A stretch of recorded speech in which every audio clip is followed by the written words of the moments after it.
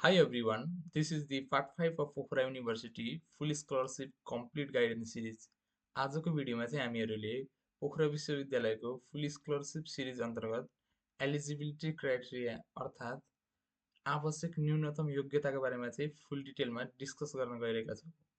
Let's start. अब हामीले अघिल्लो सिरिजहरुमा चाहिँ general introduction, total scholarship seat, program wise seat details लगायतका कुराहरू साथै टाइप्स अफ स्कलरसिप चाहिँ हामीले फुल डिटेलमा चाहिँ डिस्कस गरिसकेका छौँ, जुन चाहिँ तपाईँले अघिल्लो भिडियोहरू हेरेर बुझ्न सक्नुहुन्छ। र आजको भिडियोमा चाहिँ हामीले एलिजिबिलिटी क्राइटेरियाको बारेमा चाहिँ हामी फुल डिटेलमा बुझ्ने चाहिँ प्रयास गर्छौँ। एलिजिबिलिटी क्राइटेरिया चाहिँ हामीले यसमा हेरेर बुझ्न सक्छौँ। अहिले चाहिँ मैले तपाईँहरूलाई पोखरा युनिभर्सिटीको अफिसियल नोटिसबाट चाहिँ तपाईँहरूलाई बुझाउने प्रयास गर्छु र अहिले यो भिडियोमा उल्लेख गरेको कुराहरू चाहिँ 2082मा आएको नोटिसको आधारमा चाहिँ गरिएको छ। र अब यो न्यूनतम योग्यताको कुरा गर्दै गर्दाखेरि यसमा उल्लेख भएका यो न्यूनतम योग्यताहरू चाहिँ 2082मा पोखरा युनिभर्सिटीले पब्लिस गरेको फर्म नोटिसको आधारमा चाहिँ मैले भनेको छु। अब 2083मा चाहिँ फर्म खुल्दाखेरि केही थप घट हुनसक्छ, त्यो चाहिँ मैले तपाईँहरूलाई अपडेट गराउँदै गर्छु। र अब चाहिँ यसमा के भनेको छ, पोखरा विश्वविद्यालयबाट स्नातक तहमा भर्ना पाउनको लागि तोकिएको न्यूनतम शैक्षिक योग्यता भनेर यो टेबल फर्मेटमा दिएको छ।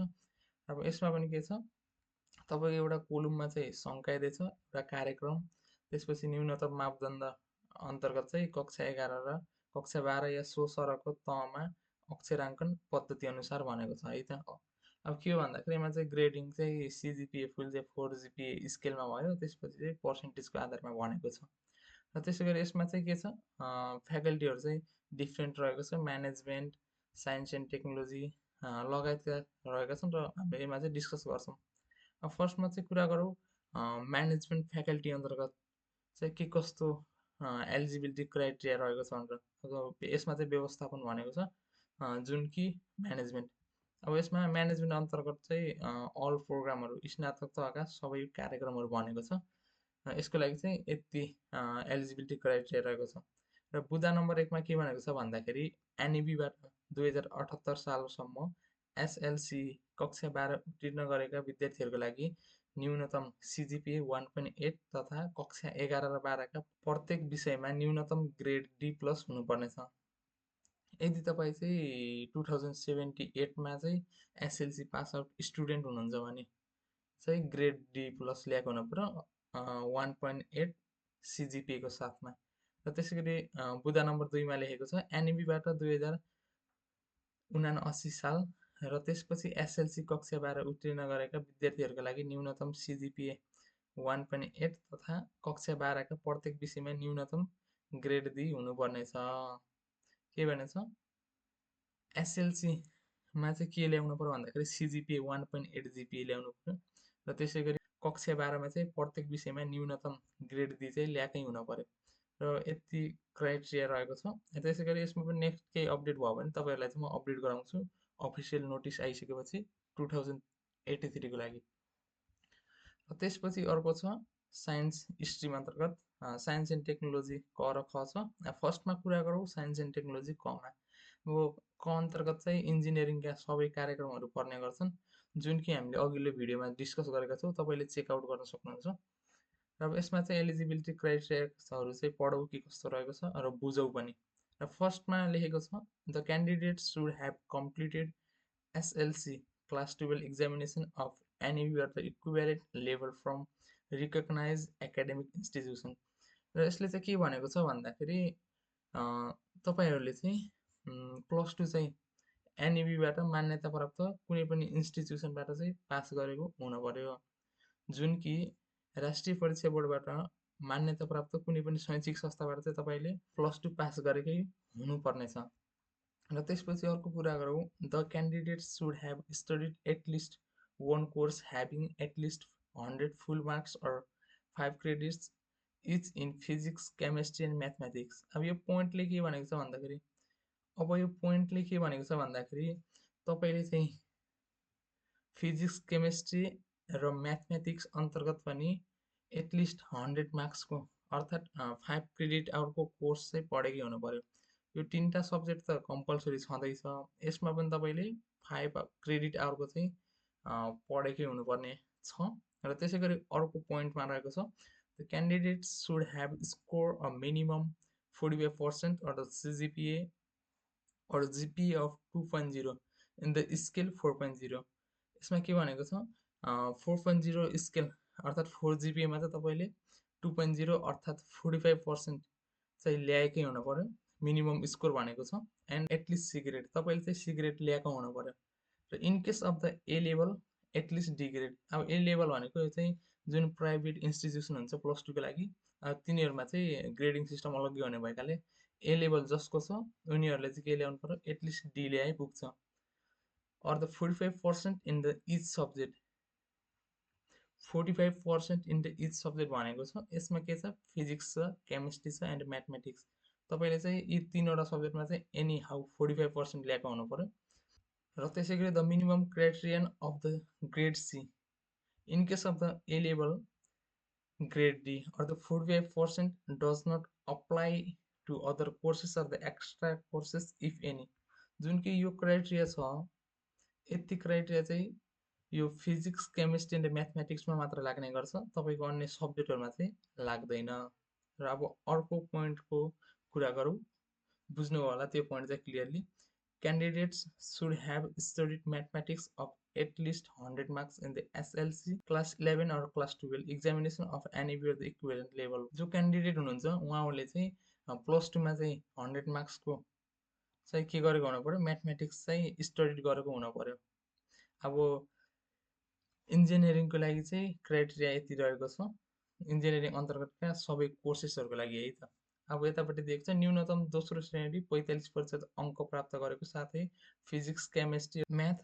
प्रत्येक पनि 45% अङ्क प्राप्त गरेको हुनुपर्नेछ यसको लागि चाहिँ मेन चाहिँ तपाईँले मेजर चाहिँ फिजिक्स केमिस्ट्री एन्ड म्याथमेटिक्स चाहिँ स्टडी गरेकै हुनु पर्यो र यसमा पनि 5 क्रेडिट आउटको चाहिँ मेनली स्टडी गरेको हुनु पर्यो है त र साइन्स एन्ड टेक्नोलोजी कको चाहिँ एलिजिबिलिटी क्राइटेरिया यही नै थियो अब चाहिँ कुरा गरौँ साइन्स एन्ड टेक्नोलोजी ख विज्ञान तथा प्रविधि ख अन्तर्गत चाहिँ अब यसमा पनि के प्रोग्राम छ फर्स्टमा रहेको छ bachelors of science in environmental management अब यसको क्राइटेरिया के छ बुझौँ है त र फर्स्टमा रहेको छ the candidate should have completed SLC class 12 examination of any the equivalent level in the science and technology stream such as forestry agriculture veterinary engineering from recognise academic institution यो पनि के हो भन्दाखेरि स्टुडेन्टले चाहिँ जो चाहिँ bachelors of science in environmental management पढ्न चाहनुभएको छ उहाँहरूले चाहिँ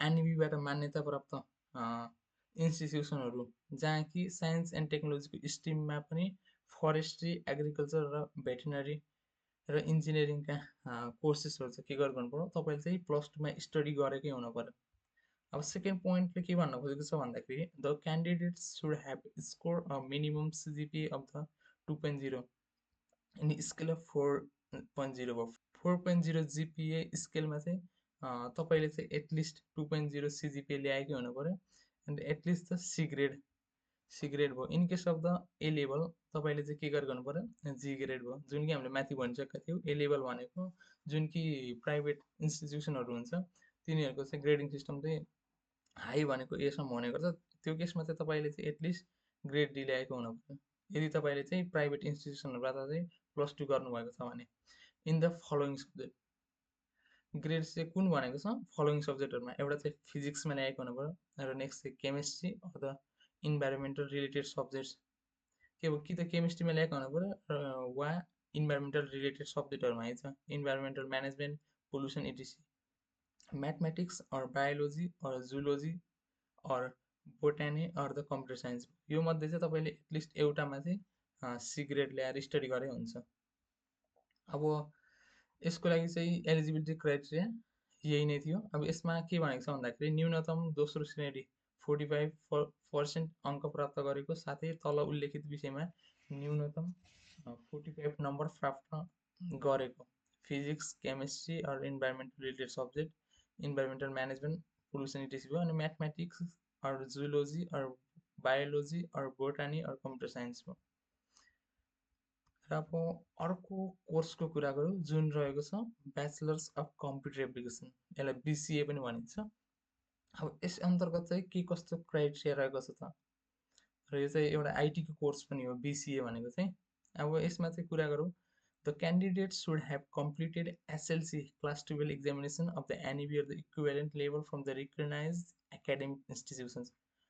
जो क्यान्डिडेट हुनुहुन्छ पोखरा युनिभर्सिटीको फुल स्कलरसिपको लागि अप्लाई गर्ने, उहाँले चाहिँ +2 चाहिँ एनइबीबाट मान्यता प्राप्त कुनै एकाडेमिक इन्स्टिट्युसनबाट चाहिँ पास गरेकै हुनुपर्छ। The candidates should have studied a course having at least 100 full marks or 5 credit hours of mathematics. म्याथमेटिक्समा पनि mathematics, business mathematics, applied mathematics रहेको छ र or the computer science or the computer application in the SLC class 11 or 12 examination of the NEB or the equivalent भयो। अब तपाईँले चाहिँ +2मा चाहिँ 5 क्रेडिट आवरको कि त म्याथमेटिक्स स्टडी गरेको हुनु पर्यो कि त कम्प्युटर साइन्स स्टडी गरेको हुनु पर्यो। यो दुईटा मध्ये तपाईँले एटलिस्ट एउटा सब्जेक्ट स्टडी गर्नुभएको छ भने ब्याचलर्स अफ कम्प्युटर एप्लिकेसन अर्थात् बिसिएमा चाहिँ फुल स्कलरसिपको लागि चाहिँ अप्लाई गर्न सक्नुहुन्छ। र अब अर्को पोइन्टको कुरा गरौँ, the candidate should have the score CGPA or GPA of the 2.0 scale of 4.0 and at least a C grade in case of the A level, at least the G grade in the mathematics or computer science. The minimum criterion of the grade C in case of the A level, grade D does not apply to other subject भयो। तपाईँले चाहिँ यसमा major के हो भन्दाखेरि mathematics कि त computer साइन्समा चाहिँ तपाईँले मिनिमम चाहिँ सी ग्रेड ल्याएको हुनु पर्यो। अब उता ए लेभलकोमा छ भने चाहिँ डी ग्रेड ल्याए नि हुन्छ। मेनली चाहिँ के हो, तपाईँले बिसिएको लागि चाहिँ कि त म्याथमेटिक्स पढेको हुनु पर्यो कि त कम्प्युटर साइन्स, त्यो मध्ये एउटा पढै हुन्छ। धेरै स्टुडेन्टहरूलाई चाहिँ यसमा कन्फ्युजन हुनसक्छ। तपाईँले कि त म्याथमेटिक्स पढ्नु भएको छ भने पनि यो कोर्स स्टडी गर्न सक्नुहुन्छ, या त कम्प्युटर साइन्स मात्र +2मा स्टडी गर्नुभएको छ भने पनि तपाईँले यसमा स्कलरसिपको लागि चाहिँ फर्म भर्न सक्नुहुन्छ। र त्यसपछि अब यो थियो हाम्रो कुन थियो, साइन्स एन्ड टेक्नोलोजी ख स्ट्रिम अन्तर्गत थियो। अब चाहिँ हामी जान्छौँ अर्को स्ट्रिमतिर। अब यसमा के छ, मानविकी तथा सामाजिक शास्त्र संकाय क। अब यसमा पनि कुन कुन कोर्सको लागि चाहिँ अफर गरेको छ भन्दाखेरि फर्स्टमा कुरा गरौँ, ब्याचलर्स अफ डेभलपमेन्ट स्टडिज बिडिइभिएस, अनि अर्को कोर्स छ ब्याचलर्स अफ एन्टरप्रेन्योरसिप डेभलपमेन्ट बिएड भन्ने छ। यो दुईवटा कोर्सको लागि चाहिँ एलिजिबिलिटी क्राइटेरिया के छ भन्ने कुरा चाहिँ यसमा दिएको छ, हामी मजाले बुझ्नेछौँ। अब बुदा नम्बर 1मा चाहिँ स्टडी गरौँ, एनबीबाट 2078 सालसम्म एसएलसी कक्षा 12 उत्तीर्ण गरेको विद्यार्थीहरूका लागि कक्षा 11 र 12मा छुट्टा छुट्टै ग्रेड डी प्लस हुनुपर्नेछ। के भनेको छ भन्दाखेरि 78 सालसम्म एसएलसी कक्षा 12 उत्तीर्ण गरेका विद्यार्थीहरूले चाहिँ 11 र 12मा ग्रेड डी प्लस हुनै पर्नेछ। ग्रेड डी प्लस चाहिँ मिनिमम ल्याएकै हुनुपर्छ।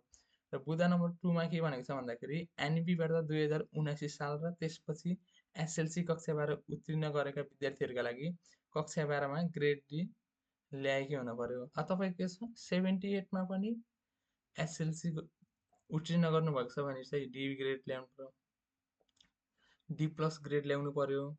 र चाहिँ तपाईँले 79मा चाहिँ +2 क्लियर गर्नुभएको छ भने चाहिँ ग्रेड डी ल्याए पनि पुग्छ।